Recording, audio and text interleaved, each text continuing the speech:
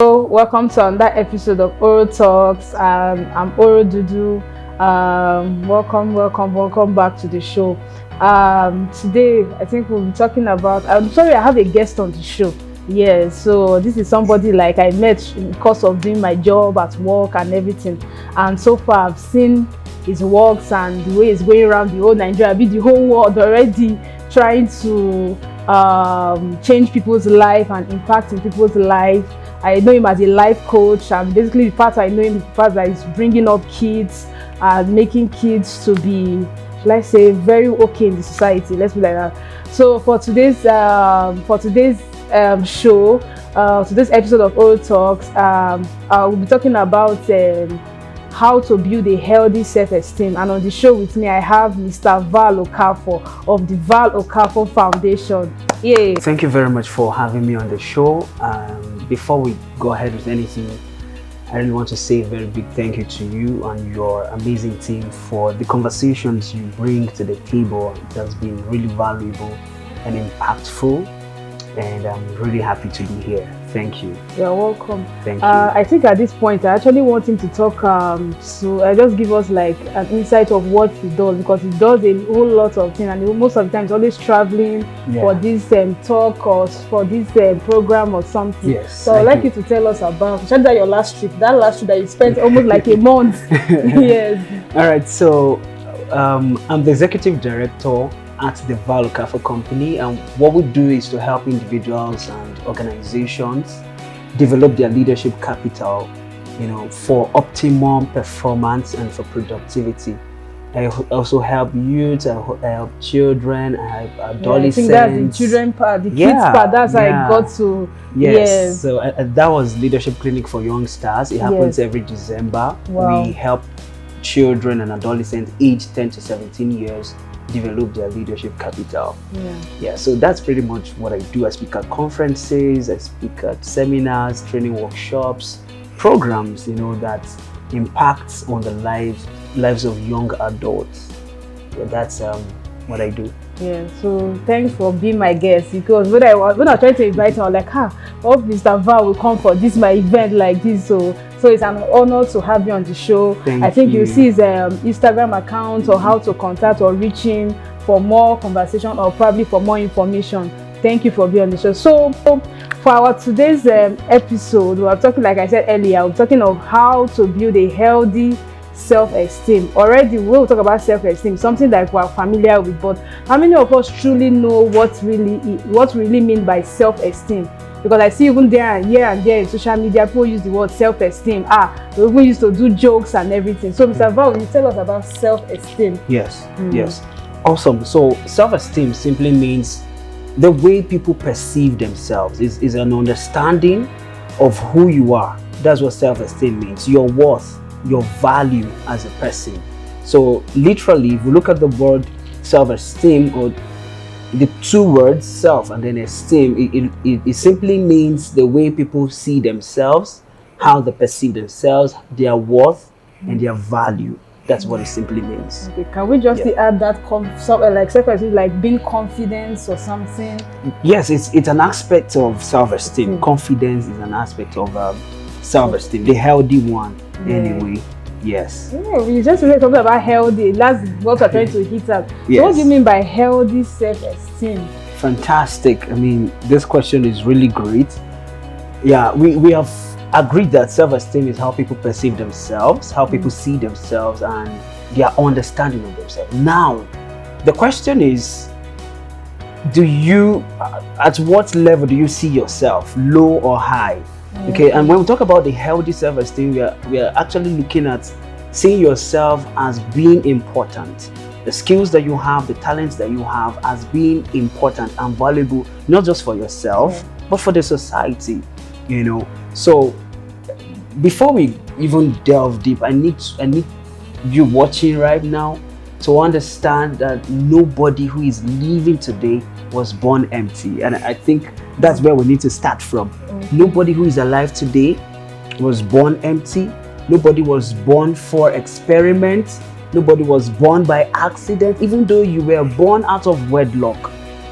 You see, if you think that being alive is just a coincidence, then ask the couple who have been waiting for the fruit of the womb. You know, some for 10 years, some for 20 years, and it's not as though they've not been getting busy, you know, but because it takes intentionality and being deliberate for a soul to be born, it shows how critical and important, you know, human lives. So the fact that you're alive today shows that you are here on earth to do something. That's the first understanding, you know. So if you believe in yourself as being important, as being on earth to contribute meaningfully to the society, already your self-esteem is beginning to grow and to develop. Yeah. That's what wow, it means. like and allow you to stop talking. I'll just enjoy the whole thing. Like we should not just even stop. You should not just stop talking. Yes, like you are taking it deep, like you say. You're really going into like for us to really get it and understand it. I like the way you're really driving and everything. Wow, that's nice. So there's something I really want to get about because sometimes when somebody say, this person has low self-esteem. Yes. Can we term low self-esteem as depression, like somebody being depressed or something? Okay, no. Actually, depression is a mental health disorder. Is being overtly sad about things. You're not interested in anything. Nothing moves you. Nothing interests you. You know, we can classify that as depression, and depression has its components.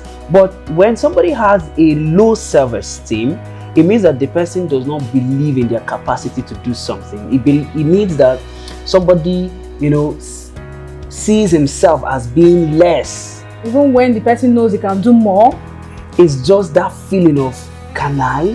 When they laugh at me? It's called imposter syndrome. You know, or inferiority complex. When you start seeing yourself as being less than others, you know, for example, things that you cannot change about yourself, like your height, like your weight, like your size, your dentition, the way you look.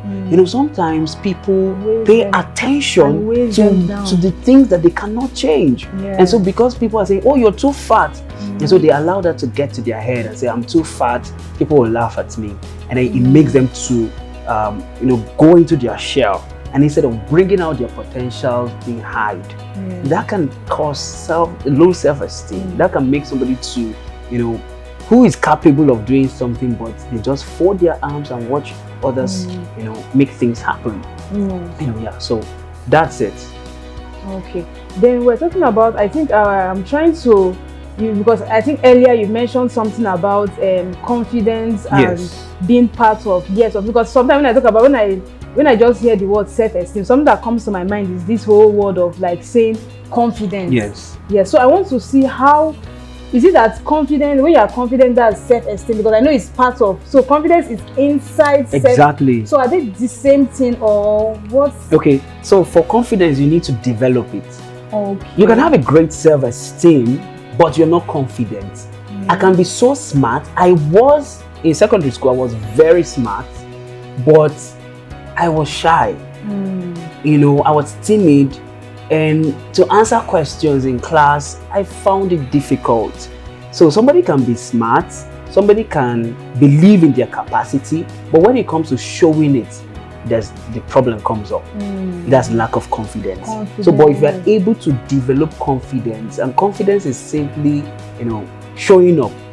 That's what it means. Showing up, believing that you can deliver. That's what confidence is about. So it's part of self-esteem. Okay, that's why it's part of self-esteem. Exactly. Yes. So as you are developing your self-esteem, you're also adding confidence, you're adding assertiveness, you know, to the whole thing, you know, to the whole thing. Okay. I think probably, I think I heard when you were trying to make, before this, you started this show and everything, you were trying to give an example of saying, sorry, I'm going back to the healthy part of the self-esteem anyway.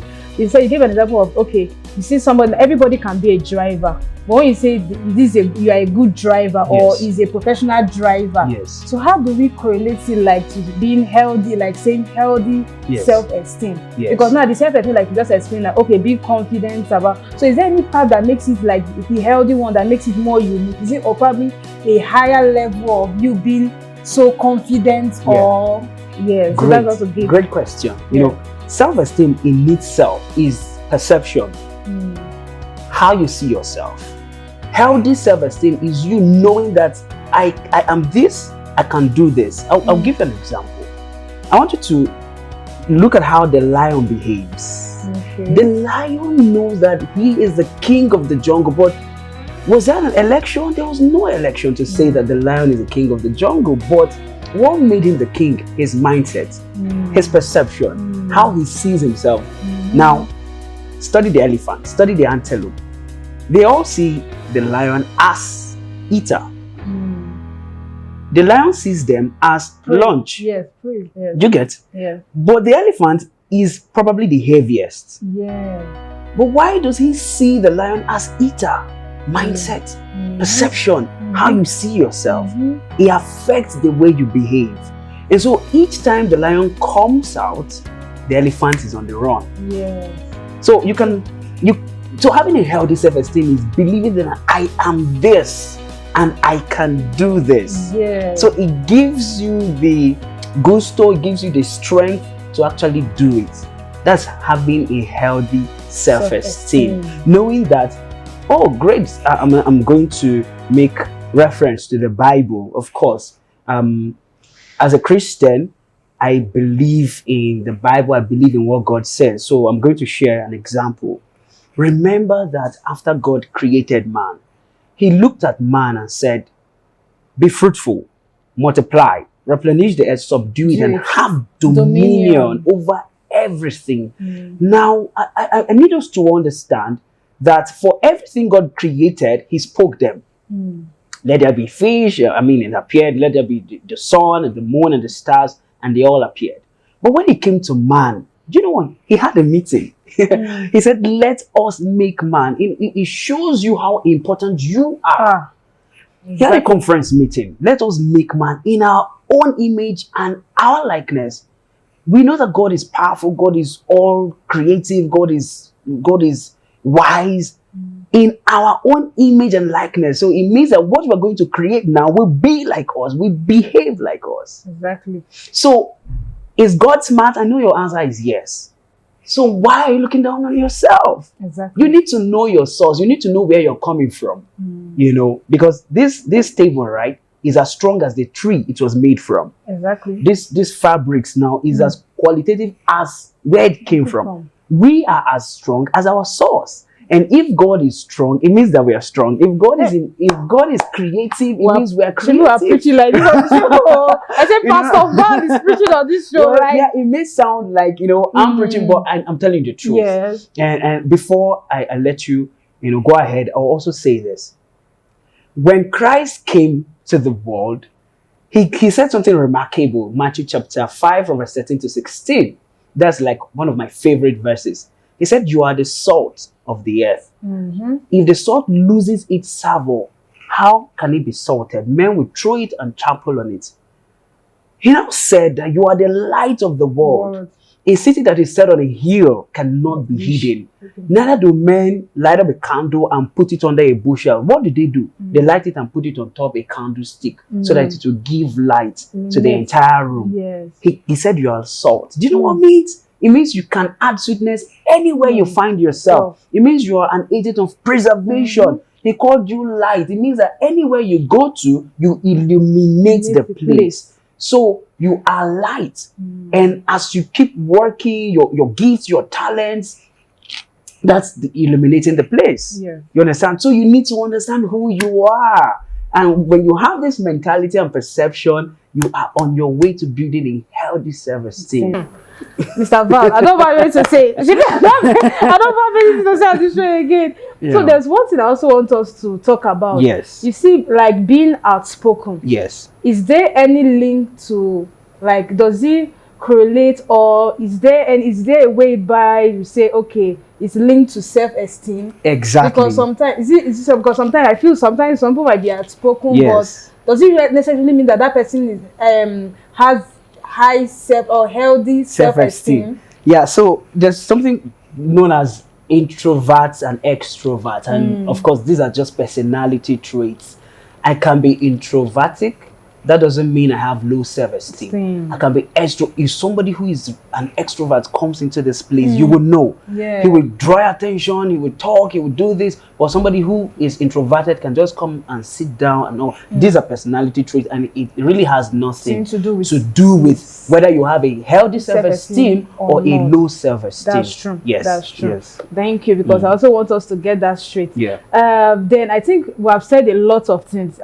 So just to dwell on our main topic for this episode, like the title of this episode, like how to now build a healthy self-esteem. Because you notice there are some people, let's not doubt it, like people have low self-esteem. We even say sometimes, this girl or this lady or this guy, the way he just behaved, right, just show that this guy has low self-esteem, or like he does not see himself or something like that. So now, how then do we now build a healthy self-esteem? But before then, I want to ask, is like self-esteem, to have a good self-esteem, is it should I say, is it something people are born with? Okay. Is it a trait that people are born with, or along the line you get to develop it, or like can you acquire, or should you say can you learn how to do that? So I'm going to go biological now. There's something known as the deoxyribonucleic acid, DNA, and it is passed from our parents, down to us, and we will now pass it down to our children. Contained in the DNA are character traits of parents. Some are seen physically. They always, your nose looks like that of your dad. But this one we're talking about, you can't see it. It's intangible. So there are some parents who are really introverted, very, very introverted. And when they give birth to their children, they tend to behave that way. So we understand that. So some people can born with that personality trait of just being, very quiet and reserved, and they don't talk too much and all that. But away from that, whether you are born like that or you learn from your environment, so this is how it goes. You can be born with self-esteem. Everybody has self-esteem, but you must develop it. Developing it is now the skill that you need to acquire. Yes. So you must be able to develop it. And there you go. So through your school education, mentorship, and many other things, you can develop a healthy self-esteem. Yeah. So at this point now, I want to ask now, how then, because we've seen some people, like let's just say we're trying to, somebody might be watching this video, and the person you're going to, sometimes you see that some people might actually be, shall I say, are aware that, they have this low self-esteem. Some people might not even know. They just feel that, I don't have I have my self-esteem. I don't have, they want to deny it, but some people don't want to accept it. But for people that are actually aware that, this is, me, I have low self-esteem, and I want to step it up. So how do they do it? How do you feel, or what ways or what measures should they take in trying to build a healthy self-esteem? Thank you. If you permit me, to talk about the causes of low self-esteem, if you don't mind, before time for it, before I talk about the how to build, so what causes low self-esteem? Number one, ignorance. Ignorance of who you are. My opening statement, I said that nobody was born by accident. Even though you were born out of wedlock, you came to this world intentionally. So ignorance of who you are, ignorance of what you carry, ignorance of what the value you can add to the world can cause. When somebody doesn't know who they are and what they can do, they just live life anyhow. If the lion doesn't know that, hey, I'm the king of the jungle, and every animal that sees me runs away, he will be eaten. Is the family you're born into, and how the parents treats the children. Some people were born in dysfunctional families where they see the dad beating the mom, and then it affects the way they relate in society. Some people were born by a single parent and they keep asking the question, where's my dad? Or where's my mom? And when they go and interact with other persons and they are faced with that question, who's your dad? Bastard. It affects them. The environment where they grew up. Can grow up in a place where nobody believes in their capacity to do something well. I know you must have heard that people who come from these side of Nigeria or this part of the world, they don't do well. There's a stereotype, there's a stigma attached to people's location. So these are the things that can cause low self-esteem. But very quickly, how can you build a healthy self-esteem?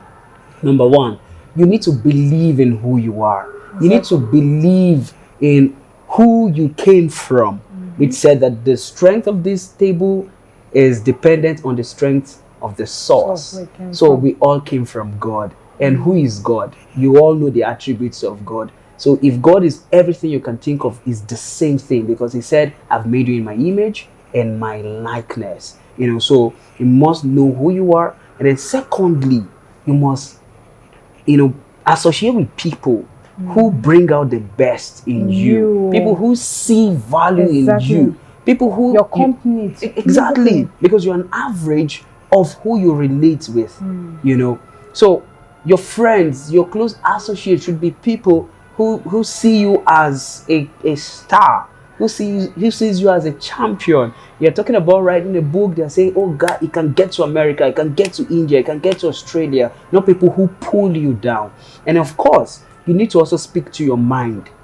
Before you go to bed or as you wake up, you say positive things about yourself. Like, I am smart, I am great, I'm a champion.